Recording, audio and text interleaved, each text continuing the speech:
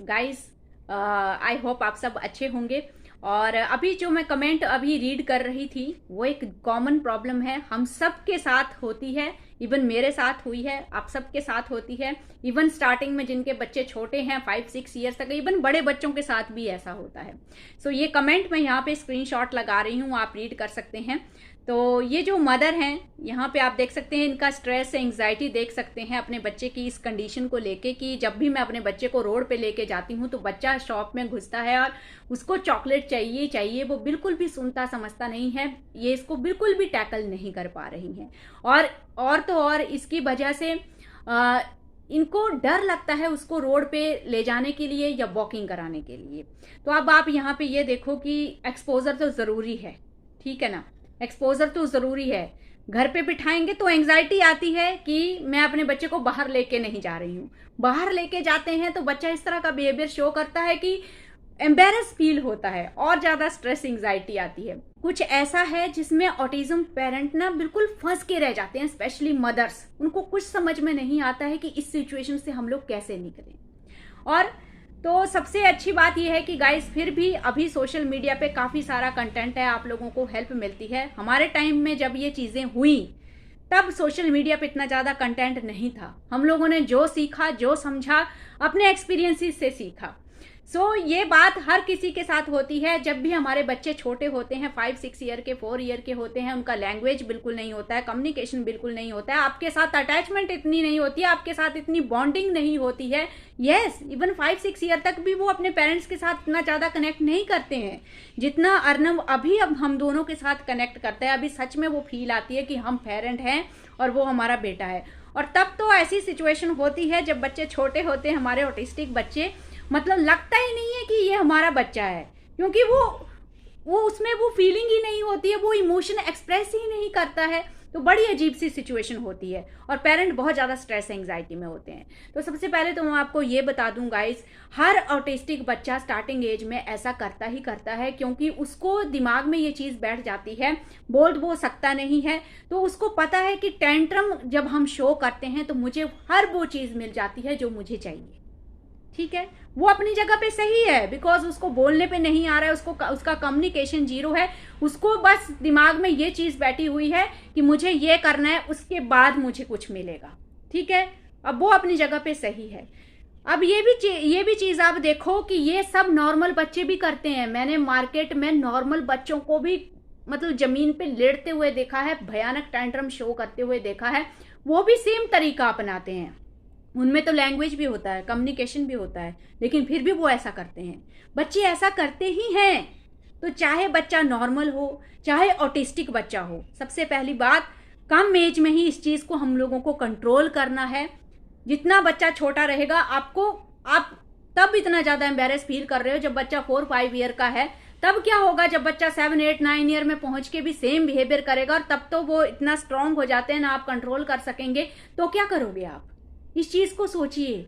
ये चीज़ कम एज में कंट्रोल करना बहुत ज़्यादा ज़रूरी है। छोटा बच्चा है, एम्बेरस क्यों फील कर रहे हो? अगर चिल्लाएगा, रोएगा, लोग समझते हैं इस चीज़ को, तो वहीं पे टैकल कीजिए। बच्चा टेंट्रम शो कर रहा है तो उस चीज़ को बिल्कुल भी एक्सेप्ट मत कीजिए। आपको वहां से गुजरना है, आप रोड पे बच्चे को लेके जाइए, हाथ में पकड़िए, क्योंकि छोटे बच्चे हैं, वो कंट्रोल हो जाते हैं। डेली वॉकिंग कराने के लिए लेके जाइए। अब मैं आपको दूसरी चीज़ बताती हूँ। बच्चा जो मांग रहा है वो चीज़ आप नहीं दोगे। जो मेरे ओल्ड सब्सक्राइबर हैं, मैं हर वीडियो में ये चीज़ दोहराती हूँ आपको कि एकदम से जब हम लोग डिनाई करते हैं ना, तो बच्चे को बहुत ज़्यादा स्ट्रेस एंग्जाइटी होती है। आप उसे हैबिट डालेंगी, अपने घर से कुछ ना कुछ चीज़ लेके जाएंगी, चाहे वो किशमिश है, रेजिन है, कुछ हेल्दी चीज़ आप लेके जाएंगी। चाहे आप अगर वो फ्रूट खाता है तो टिफिन में भर के फ्रूट्स ले जाइए। शॉप में से गुजरेगा, वो टेंट्रम शो करेगा, वो रोएगा, वो चिल्लाएगा, लेकिन आप उसको वहां से लेके चली जाएंगी और आगे जाके जहां पे शॉप नहीं होगी वहां पे आप उसको कुछ खाने के लिए देंगी। इससे क्या होगा? आप यहाँ पे लैंग्वेज का बिल्कुल भी यूज नहीं कर रही हैं। अगर आपके बच्चे का लैंग्वेज कम्युनिकेशन बिल्कुल जीरो है तो आपको यहाँ पे लैंग्वेज का कोई ज़रूरत नहीं है। हम लोगों को बिहेवियर मॉडिफिकेशन करनी होती है।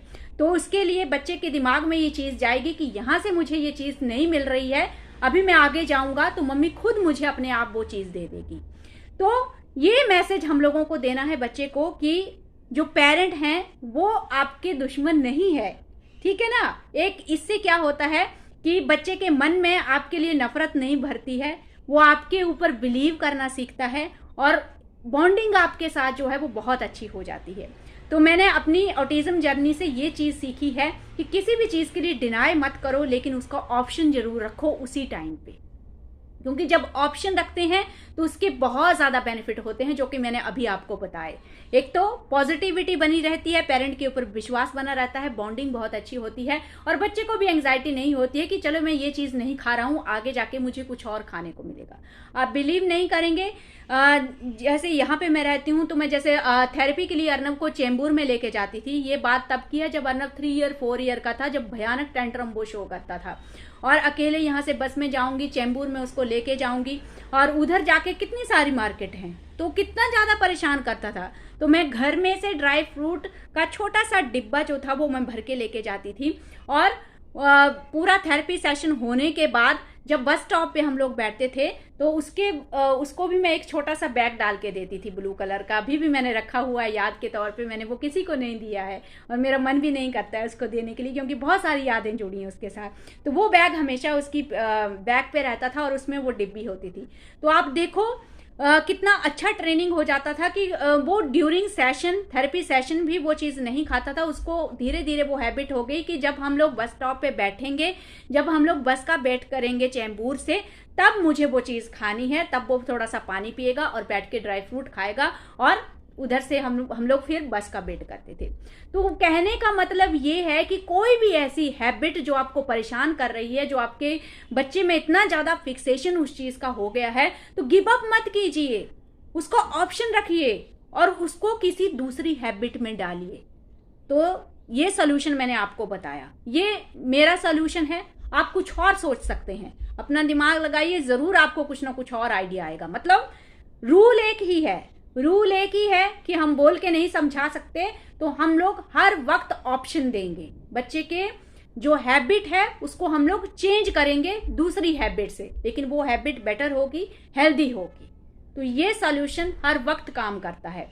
इससे क्या होगा कि टाइम के साथ साथ बच्चे में जो एग्रेशन आ रहा है, स्ट्रेस, एंग्जाइटी, जिसकी वजह से बच्चे जब बड़े होते हैं तो बिहेवियर खराब होता है, कंट्रोल करना मुश्किल होता है। आप एक साथ कई सारी चीज़ें कर रहे हैं। अगर इस रूल को आप अपनी ऑटिज्म जर्नी में शामिल करते हैं तो एक साथ आप कई चीज़ें कर रहे हैं।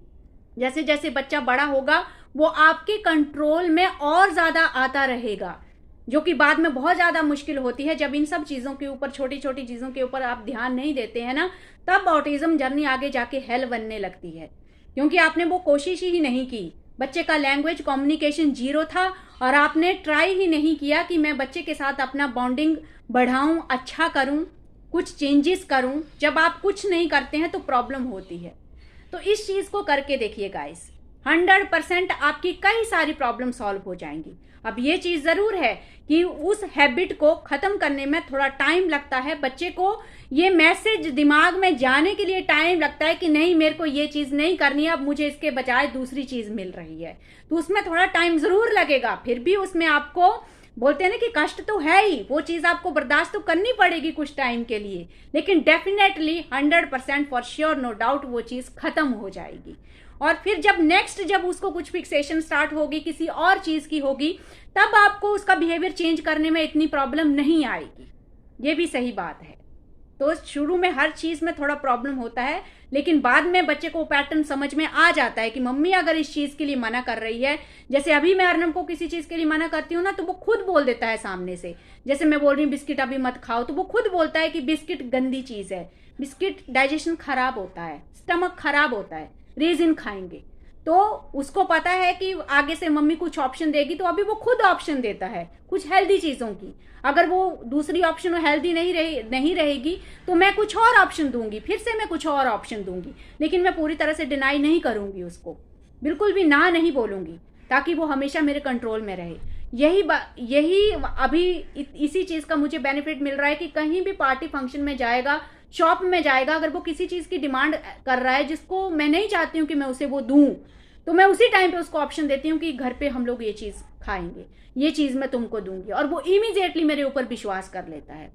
तो वो विश्वास एकदम से नहीं बनता है, 13 ईयर का हो गया, धीरे धीरे वो चीज़ डेवलप होती है दिमाग में कि नहीं मुझे भरोसा है आपके ऊपर, और डेफिनेटली मैं घर में जाके उसको वो चीज़ देती भी हूँ, उसको याद भी रहता है।